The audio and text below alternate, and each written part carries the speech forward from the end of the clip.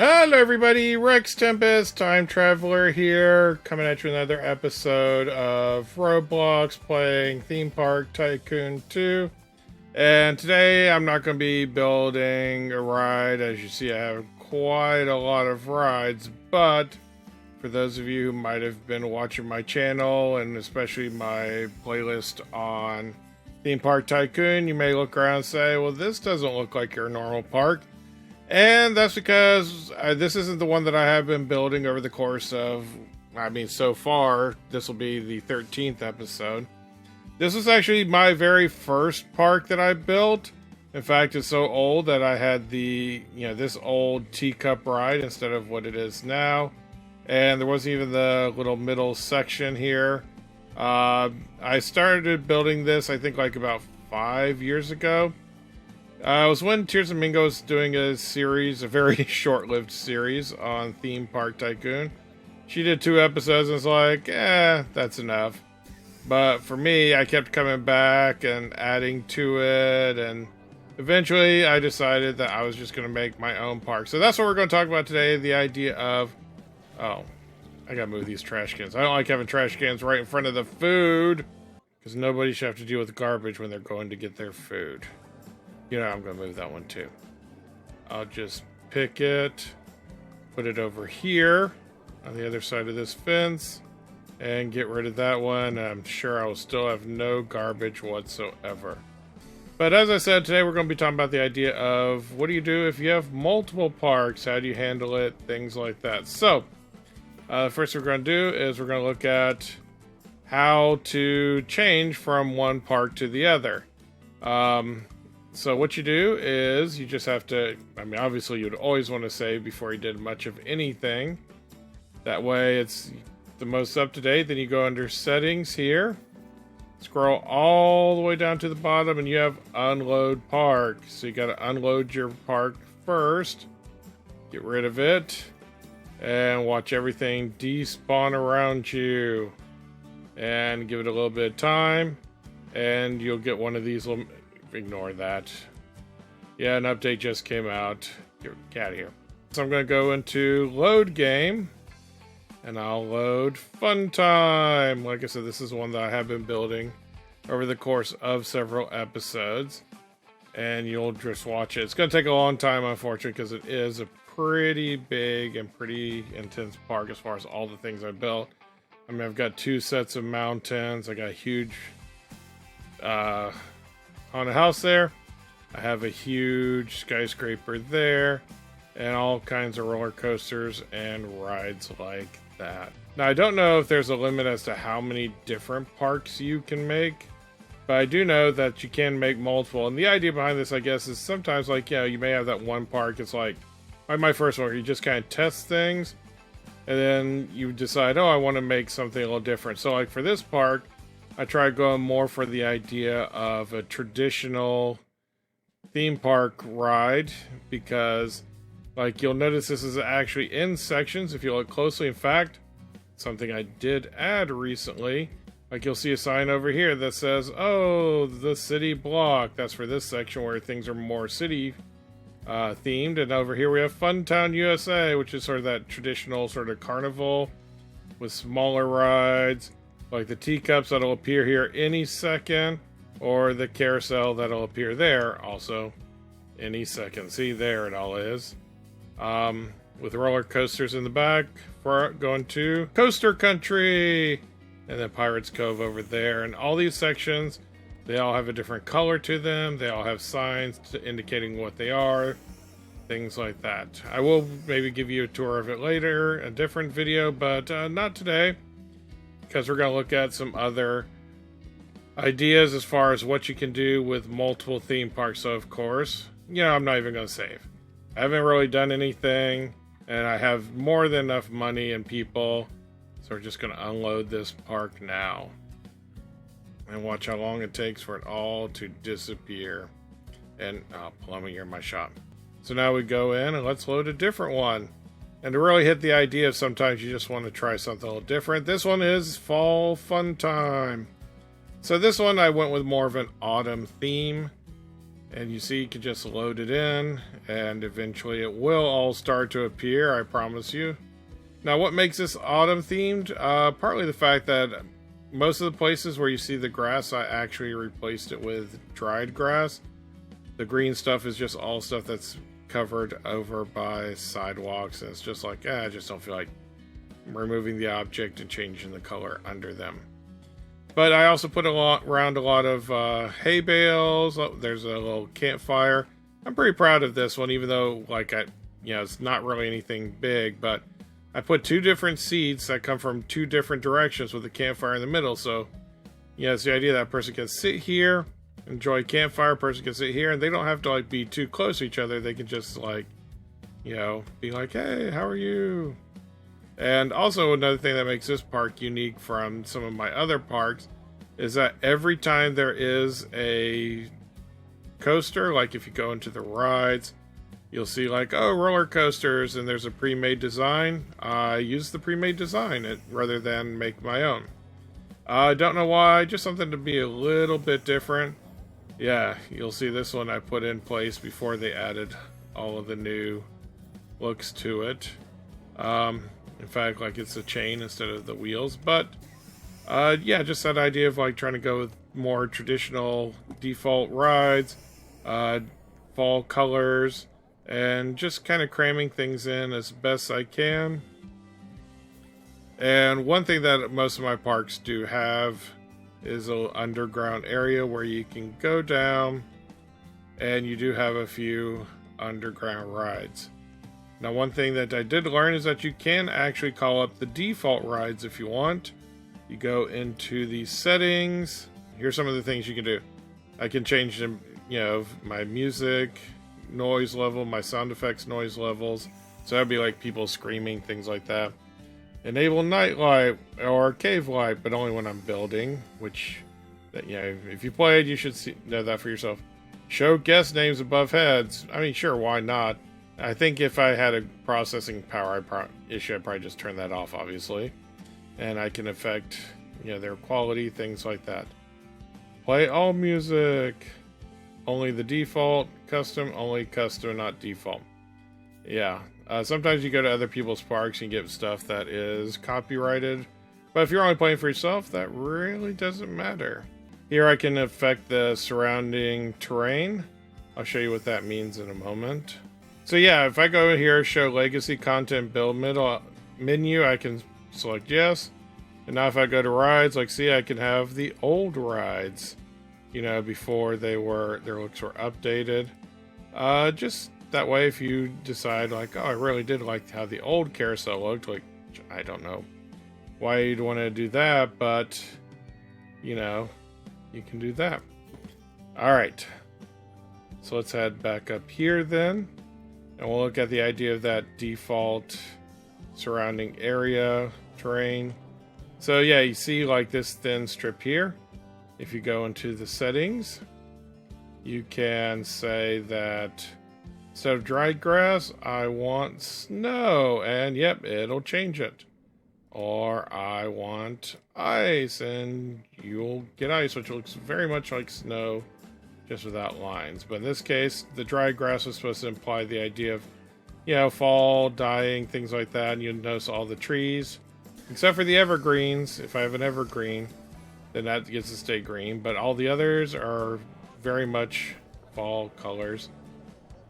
And then as far as the rest of it, just putting in whatever I want, logs, a lot of them around. Just because of the idea of like you'd be cutting wood for fire for winter and things like that. And oh, look at that, got a pumpkin there, that kind of stuff. So we'll go ahead and this one I guess we've done enough, or had enough people hanging around here. And my money isn't really the highest, so I do want to save that, but I'll go in here and unload this park. And watch as everybody leaves. And for the next park, we're going to show you that I call it cash grab, yes. But this was built on the idea of the traditional sort of coaster farm or cash farm that most people make.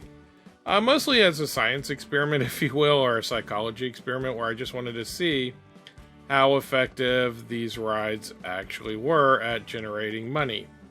Now, you will notice that as things do start to appear, I mean, first of all, I didn't go very big. I don't think I've expanded it any whatsoever. But I do have quite a bit of money, and you will see that come up here in a minute. And I do have a ton of guests, and the question is, how many of them are actually riding these rides? And the truth is, you might see a few people, but honestly, they don't seem to get as many people as like your traditional rides. I mean, for now you'll see a few, but as the ride goes on, you'll see like people will start to fill up some of these more traditional rides. So it just seems like if you really want to make money, honestly, the best thing to do is just to have your game running while you do something else. Like sometimes I will just come in and I will be editing a video and I'll just have this going in the background. But see, like here, we have an actual ride. We have a ton of people actually waiting in line.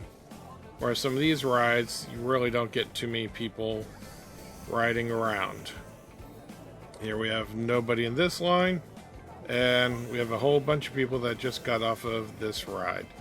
So it does seem like you're better off just making regular rides and just running them than you are with the, what I call the little rocking horse rides. You go up, you come down, things like that. So we'll get to my final park. I don't know how I got 3.5. I think I just put in enough rides that it gave it to me. And the great thing about this is by having multiple parks, you can really explore your creativity, which is what I've started to do. Now, this one is fairly new, so it's not as well built as some of the other ones that I've had. But this one is called the Cave of Wonder. And you look around up here, normal stuff. But when you get down here, the idea is supposed to be most of the cool stuff is going to be underground. The problem is, I do have to take out blocks one at a time, so it's going to take me a while to get there. But see, you can do something like this. Just build your entire park underground. Not just for like a cash farm for, you know, NPCs to ride, but even for the players to come in and to enjoy.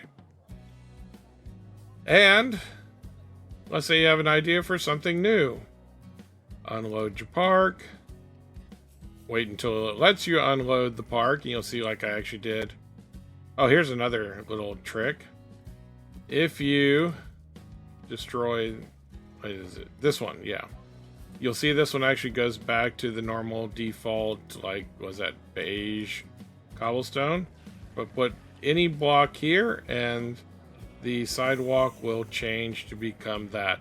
And it's a great way to really block off. I know some people change this line of terrain here as a way to say, this is where my park ends, but you could just change the sidewalk as another way to say, this is the beginning and the end of my park. But we will come in. Again, we'll save. Let's say you want to build a new park. All you gotta do is unload your current park. And watch as everything resets. This one should take a lot less time. But look at that, you can just start a new park. Start a new slot. The only downside is you do have to go through the welcome to Theme Park Tycoon. Let's get you started.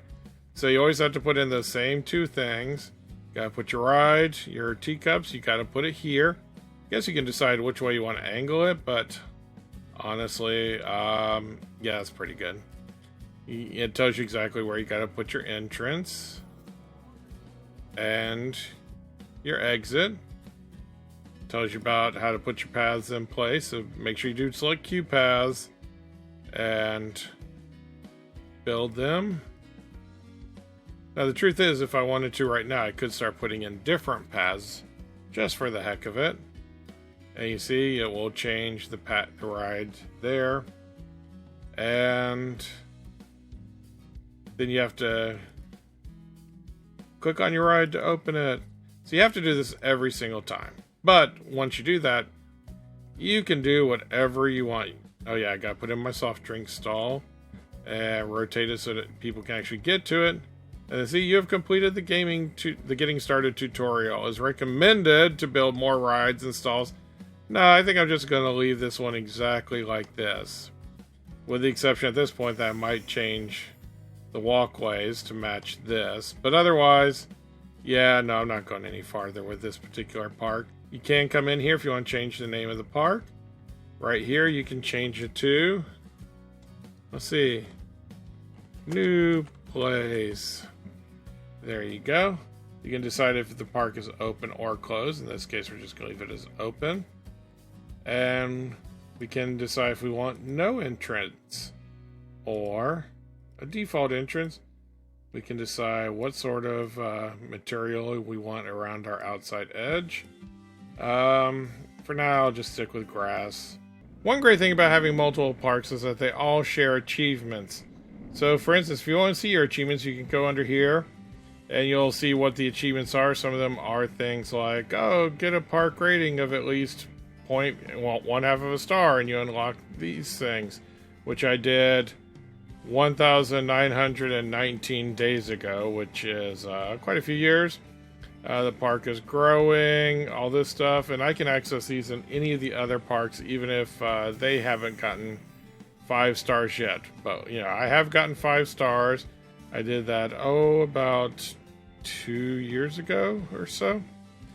But there are some that are still locked. For instance, we have the Mega Duck Invasion. Build at least 100 Mega Ducks close together. This is not yet achieved, and it will unlock these evil and Mega Ducks. So, I don't have it in this park, so now what I'm going to do is I'm going to go over to another park. So here I am back in my first world, Coaster World, and what we're going to do is we've cleared a space that's 10 by 10. We're going to fill it with water, and then we're just going to go into the scenery.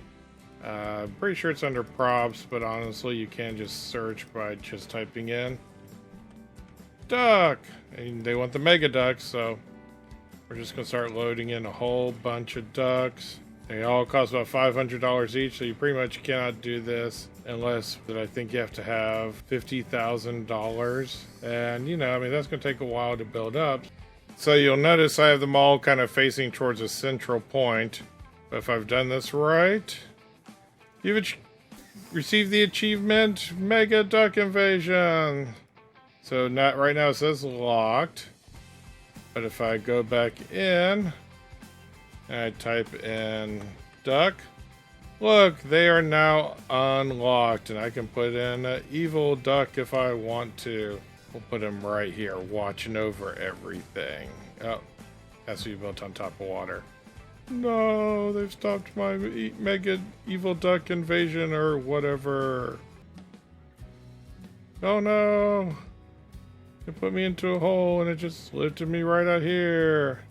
So now that I have the achievement locked in the other place, I can just come into here, type in duck, I get the Mega Evil Duck. I could put him right here. He'll be surrounded by 2 little minions who are here to help do his bidding. There we go. So, like I said, anything you do unlock in one, you unlock in the other. That also includes the achievements that you have to pay money for, or the things that you have to pay money for. For instance, you can go higher in this world limit. And if you do it in one park, it's unlocked in every park. And there's some extra spaces in the back there. And again, you have to unlock one of them. But once you do, they're unlocked for all the parks. I think you might still have to pay money for them. I'll find out once I actually get around to doing that. But for now, I do still have some room. But yeah, this is one way to sort of manage a park. If you feel like, oh, I have too many ideas to fit into one park, guess what? You don't actually have to try and fit it into one park.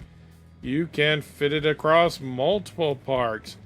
So I hope this helps you out, and I want to say thank you for watching, and we'll be back for more tips on how to make a better roller coaster, amusement park kind of a thing, as well as just other Roblox games in general. But until then, I want to say thanks and bye!